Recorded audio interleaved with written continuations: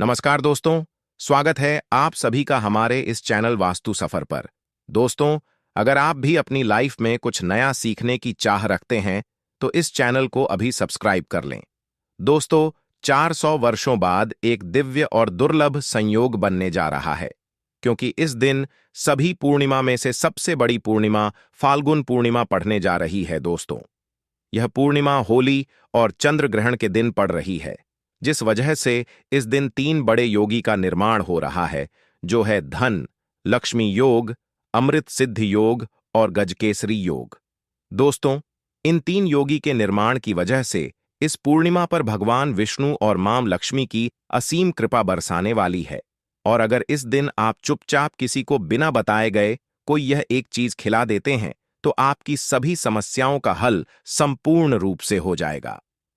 दोस्तों, 14 मार्च को पड़ने वाली पूर्णिमा सभी पूर्णिमा में सबसे बड़ी मानी जाती है, इसलिए इस दिन गए से जुड़ा यह अचूक उपाय आपकी हर परेशानी को हल कर देगा, चाहे वह धन को लेकर हो या सेहत या संतान की प्राप्ति को लेकर। इसलिए दोस्तों, वीडियो को आखिर तक जरूर देखें। और दोस्तों, अगर आप भी अपने जीवन में भगवान श्री हरि विष्णु की कृपा पाना चाहते हैं, तो इस वीडियो को लाइक करके कमेंट में जाए श्री हरि जय माम लक्ष्मी लिखना ना भूले। दोस्तों, इस बार होलिका का दहन 13 मार्च को होगा और चंद्र ग्रहण अगले दिन 14 मार्च को हो रहा है। दरअसल पूर्णिमा इस बार 13 मार्च को देर शाम शुरू हो रही है। ऐसे में अगले दिन दोपहर 12 बजे तक पूर्णिमा तिथि रहेगी और चंद्र ग्रहण भी 14 मार्च को अगले दिन पड़ रहा है। दोस्तों, यह ग्रहण भारत में नहीं दिखेगा। और इस ग्रहण के सूतक काल के बारे में बात करें तो आपको बता दें कि इस ग्रहण का सूतक काल नहीं लगेगा। और दोस्तों, इस ग्रहण का धार्मिक महत्व होने के कारण इसका पूरा प्रभाव इस दिन होगा। यह ग्रहण साल 2025 का पहला चंद्र ग्रहण 14 मार्च 2025 को सुबह सुबह 10:24 से लेकर दोपहर 1:31 तक है। इस ग्रहण की कुल अवधि 4 घंटे 36 मिनट होगी। दोस्त, गाय के अंदर सभी देवी देवताओं का निवास माना जाता है। तो आप सुबह जो पहली रोटी बनाते हैं, वह अगर गाय को खिलाते हैं तो सभी देवी देवताओं का आशीर्वाद मिलता है। गाय को गुरु के साथ जोड़ा गया है, यानी गुरु ग्रह के साथ, बृहस्पति ग्रह के साथ।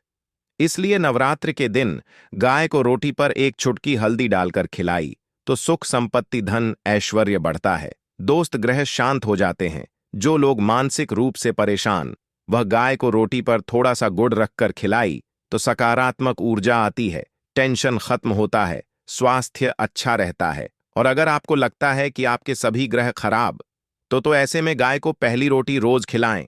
सभी ग्रह धीरे धीरे शुभ हो जाए। कभी कभी जीवन में लंबे समय से कोई शुभ मंगलकारी नहीं हो रहे होते हैं, तब ऐसे में आप गाय को रोटी खिलाई। गाय के मस्तक को छूकर अपनी मन्नत का हे प्रणाम करें। पैर छुए तो आपकी इच्छा जरूर पूरी होगी। हमारे प्राचीन धर्म ग्रंथों में गाय को एक अत्यंत महत्वपूर्ण और पवित्र पशु माना जाता है।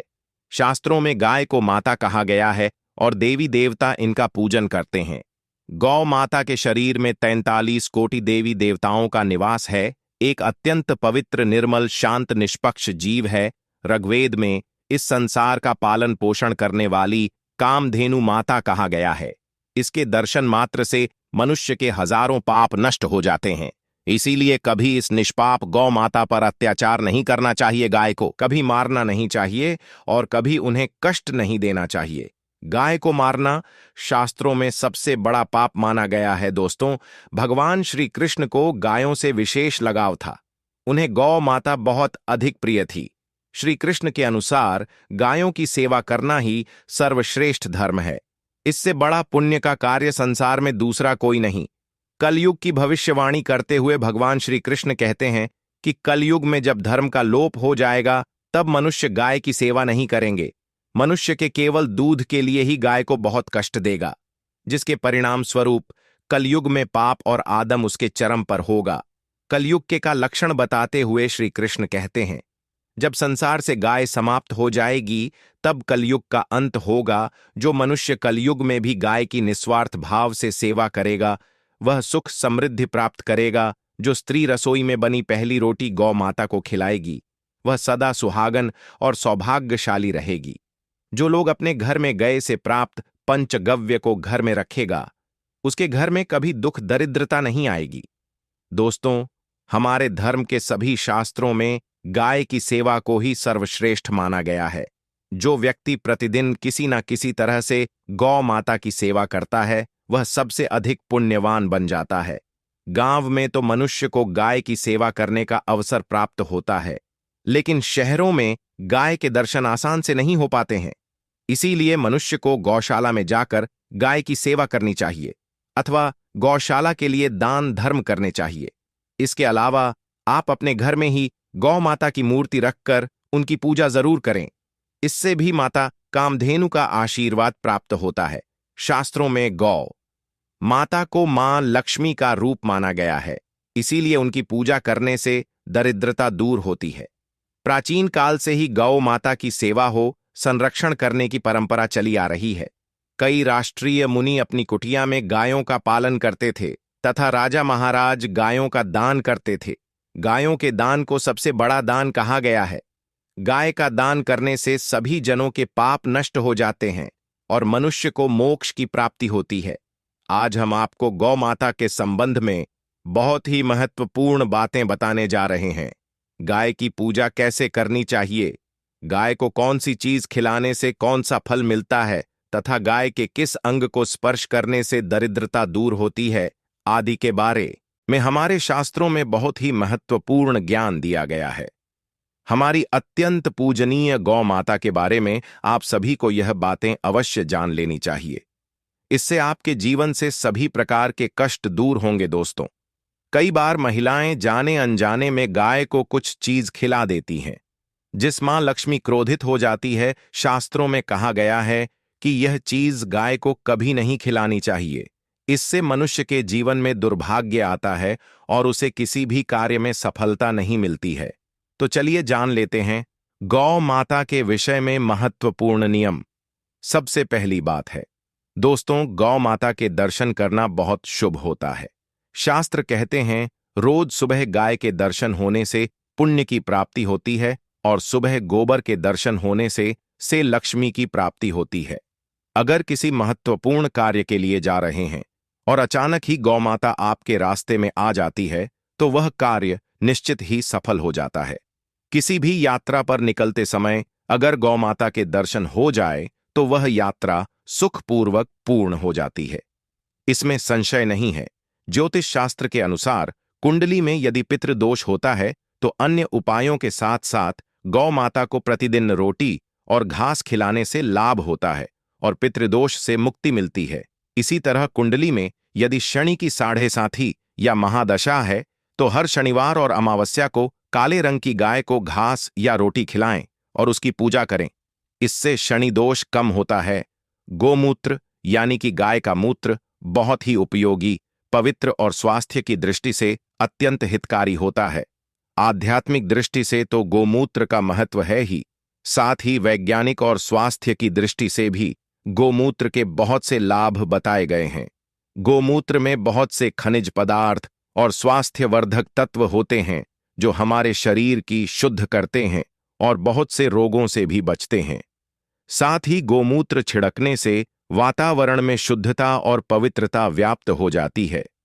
इसीलिए हमारे शास्त्रों में शरीर को निरोगी रखने के लिए प्रतिदिन गोमूत्र का सेवन करने तथा घर में गोमूत्र छिड़कने के लिए कहा गया है। कुंडली में शुक्र ग्रह की स्थिति को मजबूत करने के लिए ज्योतिष शास्त्र के अनुसार सुबह के भोजन में सबसे पहली रोटी निकालकर एक सफेद गाय को खिलाना शुभ माना जाता है। अगर आपकी कुंडली में बुध ग्रह कमजोर है या आपको किसी कारण इसके दुष्प्रभाव झेलना पड़ रहे हैं, तो हर बुधवार के दिन गाय को हरा चारा खिलाना शुरू कर दें।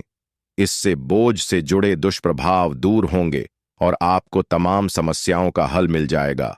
अगर कुंडली में मंगल दोष है जिसके कारण आपके जीवन में कई तरह की परेशानियां हैं, तो लाल रंग की गाय की सेवा करें। मंगलवार के दिन गाय का पूजन करें और उसे गुड़ और चने आदि खिलाए। बृहस्पति ग्रह को जीवन के सभी मांगलिक कार्यों का कारक माना जाता है। ऐसे में अगर किसी व्यक्ति के जीवन में विवाह आदि मांगलिक कार्यों में विघ्न निर्माण हो रहे हैं, तो उन लोगों को कुंडली में बृहस्पति ग्रह की स्थिति को मजबूत करने के लिए रोटी पर गुड़ और चने रखकर गाय को खिला देना चाहिए। इससे आपको शुभ परिणाम प्राप्त होते हैं। अगर घर में अशांत दी है, लड़ाई झगड़े होते रहते हैं, तो घर में सुख शांति बनाए रखने के लिए घर के अंदर गाय के गोबर से बने उपले को जलाना चाहिए और उसकी दुआ संपूर्ण घर में फैलाना चाहिए। इससे घर की नकारात्मक ऊर्जा नष्ट होती है और सकारात्मक ऊर्जा में वृद्धि होती है। गाय के दूध, दही, घी, गोबर और गोमूत्र से बनने वाले मिश्रण को पंचगव्य कहते हैं।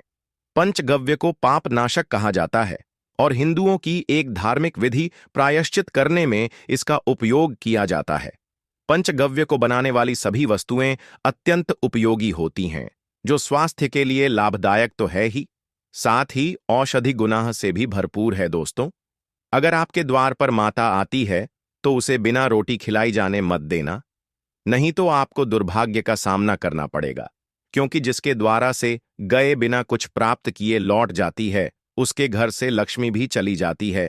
प्रत्येक स्त्री को प्रतिदिन गाय के लिए एक रोटी बनानी चाहिए और प्रेम से गौ माता को खिलानी चाहिए। इससे गौ माता का आशीर्वाद प्राप्त होता है और मां की इच्छाएं पूर्ण होती हैं। कुछ लोग गौ माता को बासी भोजन अथवा जूठन खिला देते हैं। शास्त्र में पाप माना गया है। आप किसी अन्य पशु को खिला सकते हैं, लेकिन गाय को कभी जूठन नहीं खिलाना चाहिए। भूख लगने के कारण गौ माता उसे अन्य को ग्रहण कर लेती है, लेकिन इसका पाप उसे व्यक्ति को लगता है जो गौ माता को ऐसा बासी भोजन खिला है। गाय एक शाकाहारी और पवित्र पशु है, इसीलिए गाय के भोजन में कभी मांस, अंडे आदि चीज नहीं डालनी चाहिए। ऐसा करने से महापाप लगता है।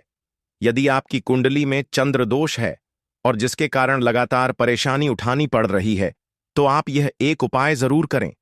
आप रोटी पर सफेद मक्खन, नमक और घी लगाकर गौ माता को खिला दें। यदि क्षण दोष है तो आटे में थोड़े काले तिल मिलाकर रोटी बनाकर गौ माता को खिला दें। इससे शनि दोष समाप्त होता है। मंगल दोष को दूर करने के लिए रोटी पर हल्दी लगाकर गाय को खिलाना चाहिए। अगर घर में धान की समस्या है तो गुरुवार के दिन गाय को केले का फल खिलाना चाहिए। इससे दरिद्रता दूर होती है। दोस्तों, गौ माता की पीठ पर एक उभरा हुआ को बाण होता है, उसे कुबेर में सूर्य केतु नारी होती है। जब भी आपके द्वार पर गौ माता पधारे, आप इस कुबेर को एक बार जरूर स्पर्श करें। इससे आपके जीवन से सभी दुखों का अंत होगा और धन संपत्ति की प्राप्ति होगी। शास्त्रों में कहा गया है, जो मनुष्य तन मन धन से गौ माता की सेवा करता है, वह मृत्यु के बाद बेहतरीन नदी को गौ माता की पूंछ पड़कर पर कर लेता है। उसकी अकाल मृत्यु नहीं होती है और उसे मोक्ष की प्राप्ति होती है। जिस व्यक्ति के भाग की रेखा सोई हुई है, अगर वह व्यक्ति अपनी हथेली पर रखकर गौ माता की जेब से जाता आता है, तो उसकी सोई हुई भाग्य रेखा खुल जाती है और उसका दुर्भाग्य सौभाग्य में परिवर्तित हो जाए आता है। तो दोस्तों, इस प्रकार से आप सभी गौ माता की सेवा जरूर करें। उम्मीद है आपको यह जानकारी अच्छी लगी होगी। वीडियो को लाइक जरूर करें। धन्यवाद।